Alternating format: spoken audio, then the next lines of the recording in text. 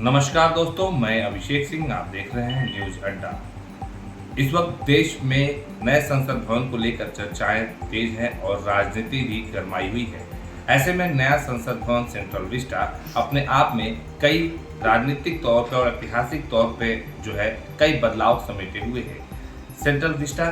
जो नया संसद भवन है उसका उद्घाटन 28 मई की तारीख में प्रधानमंत्री मोदी द्वारा किया जा रहा है। ऐसे में 28 तारीख को लेकर के भी चर्चाएं गर्म हैं, क्योंकि 28 मई के दिन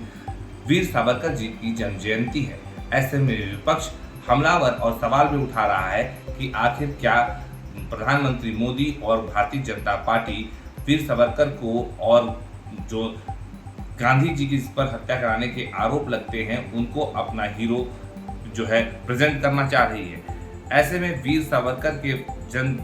जयंती पर सेंट्रल विस्टा का उद्घाटन होना है और एक सवाल ये भी उठाया जा रहा है विपक्ष द्वारा, जिससे कि 19 राजनीतिक दल जो विपक्षी दल हैं वो इस नए सेंट्रल विस्टा जो संसद भवन है उसके उद्घाटन कार्यक्रम से खुद को अलग कर रखे हैं, दूरी बनाए रखे हैं। उनका यह भी आरोप और सवाल है कि आखिरकार देश की राष्ट्रपति जो कि एक आदिवासी महिला है मुर्मू जी, उनको क्यों उद्घाटन का मौका नहीं दिया जा रहा है। वहीं आपको यह भी जानकारी दूं कि सोनिया गांधी द्वारा नए छत्तीसगढ़ का जब विधानसभा बना तो उसका उद्घाटन उनके द्वारा किया गया। वहीं पर अगर बात की जाए तो जेडीयू के जो मुख्य नेता रहे हैं और तत्कालीन जो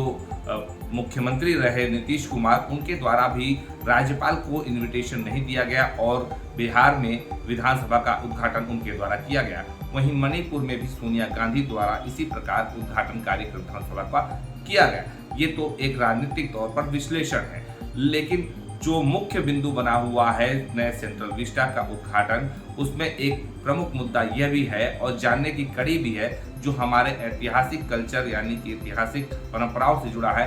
वो है सिंगोल। इसकी चर्चा भी बहुत तेजी से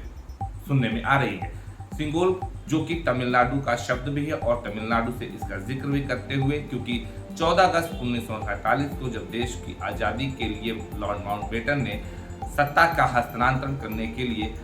तत्कालीन देश के प्रधानमंत्री यानी कि पंडित जवाहरलाल नेहरू से पूछा कि सत्ता का हस्तांतरण करने के लिए सिंबल क्या होगा, तब उन्होंने राजा गोपालाचारी जी से समय मांगा और उन्होंने इस बात के लिए उनसे आग्रह किया कि आखिर इसका क्या हस्तांतरण होगा जिससे कि सत्ता का परिवर्तन प्रतीक माना जाए। तब उन्होंने राजा गोपालाचारी जी ने सिंगोल की चर्चा की, जिसका उन्होंने बाकायदा अध्ययन किया, क्योंकि सिंगोल चोल वंश द्वारा इस्तेमाल किया गया था और यह लगातार देश की परंपराओं से जुड़ा रहा है। और इस बार जो सेंट्रल विस्टा में जो सिंगोल की चर्चा है वो उसको स्थापित किया जाना है, जो लोकसभा स्पीकर हैं उनके कुर्सी के पास में, और इसे सत्ता का परिवर्तन या सत्ता जिनके हाथ में होती है उसके हाथ में एक छड़ी नुमा, जिस पर कि इस बार नंदी जी विराजमान हैं, यानी कि इसको एक सनातन सभ्यता से जोड़ते हुए भी एक सनातन प्रतीक के रूप में भी संसद भवन में सिंगोल को इस बार स्थापित किया जाना है, जिसको लेकर के चर्चाएं गर्म हैं। और इस बार ये एक प्रकार से बात की जाए जिस पर की राजनीति हो रही है कि उद्घाटन कार्यक्रम में लेकर के जो तमाम विपक्षी दल है वो दूरी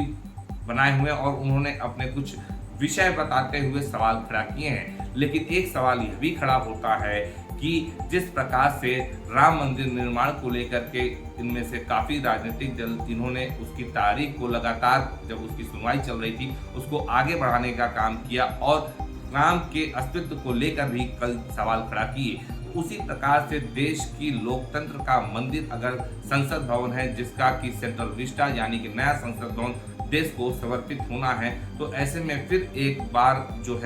विपक्षी दल अगर इस तरह का सवाल खड़ा कर रहे हैं तो क्या उससे उनको इसका लाभ होने जा रहा है? क्या भारतीय जनता पार्टी वीर सावरकर के जन्म जयंती पर सेंट्रल विस्टा नए संसद भवन का उद्घाटन करके क्या उसको इसमें लाभ और राजनीतिक लाभ दिख रहा है? यह सवाल जनता के मन में है और जनता भी अपने विवेक से लोगों से सत्ताधारी और विपक्ष से सवाल कर रही है। इसीलिए हम पर आप पर यह विषय छोड़ते हैं कि आपको क्या लगता है, वो कमेंट बॉक्स में आप जरूर